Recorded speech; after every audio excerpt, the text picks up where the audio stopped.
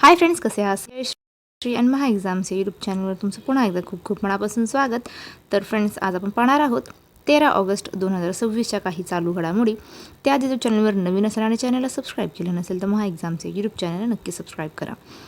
चला तर मग वळूयात आपल्या आजच्या विषयाकडे. तर FISU वर्ल्ड युनिव्हर्सिटी स्क्वॉशचे विजेतेपद जिंकणारे पहिले भारतीय खेळाडू कोण ठरलेले आहे? उत्तर आहे सूरजकुमार चंद.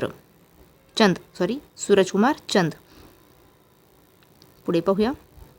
भारताला द्रवीकृत पेट्रोलियम गॅसचा पुरवठा करणारा सर्वात मोठा पुरवठादार देश कोण बनलेला आहे? उत्तर आहे अमेरिका.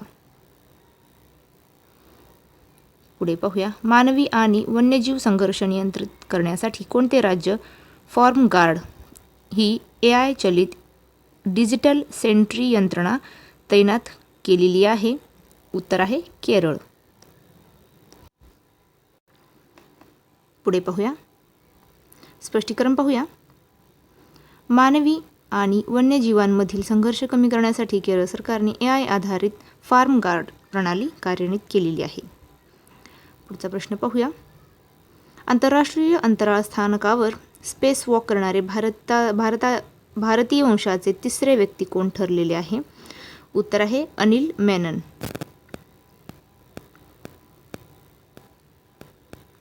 पुढे पाहूया.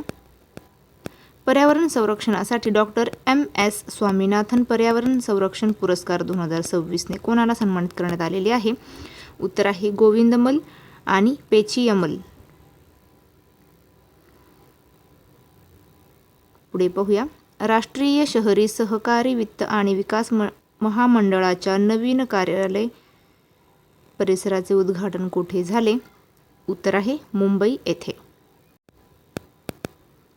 पुढचा प्रश्न पाहूया. नुकतेच पंतप्रधान मोदी यांनी AI पॉवर्ड सुपर कॉम्प्युटर परम प्रज्ञा कोठे लॉन्च केले? उत्तर आहे IIT दिल्ली येथे सोनीपत कॅम्पसमध्ये. पुढे पाहूया. वर्ष 2026 मधील मिस वर्ल्डच्या 75व्या वर्धापन दिन आवृत्तीचे यजमानपद कोणता देश भूषवत आहे? उत्तर आहे व्हिएतनाम. पुढचा प्रश्न पाहूया. लाईफटाईम लिबर्टेरियन अवॉर्ड जिंकणारे पहिले भारतीय लेखक कोण ठरलेले आहे? उत्तर आहे गुरुचरण दास. पुढचा प्रश्न. केंद्रीय मंत्री सर्वानंद सोनोवाल यांनी समुद्र हे डिजिटल प्लॅटफॉर्म कोठे लॉन्च केले? उत्तर आहे मुंबई येथे. पुढचा प्रश्न पाहूया.